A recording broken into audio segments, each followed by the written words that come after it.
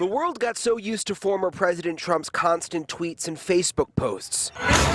But after the riot at the Capitol, he was banned. Just today, Trump launched this section of his website called From the Desk of Donald J. Trump, where he can post directly to his followers. And tomorrow at 9 a.m., Facebook will decide whether to make their ban permanent or allow the former president to post again on the platform. Do you have any feeling about which way this will go tomorrow? Unfortunately, I don't. It's anyone's game.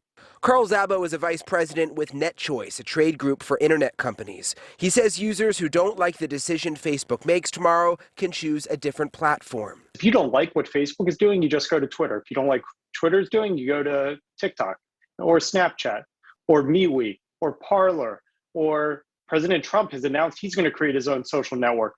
And even the guy who makes MyPillows is now announcing his own social network.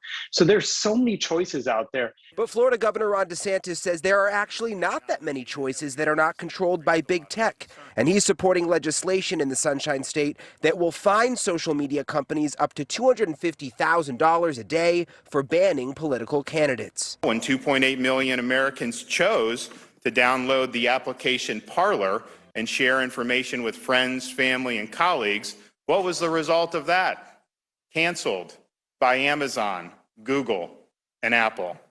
What about the 88 million Americans who chose to, quote, follow President Donald Trump? Sorry, content moderators on Twitter pulled the plug, as did a different set of, quote, moderators at Facebook. This is the case even though leaders like Ayatollah Khamenei have been permitted to use these platforms to do things like call for the destruction of Israel and the elimination of Jews.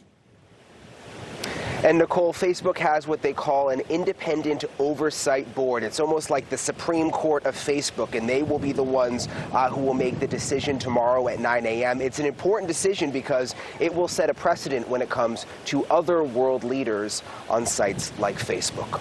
Live in Palm Beach, Brian Entin, News Nation.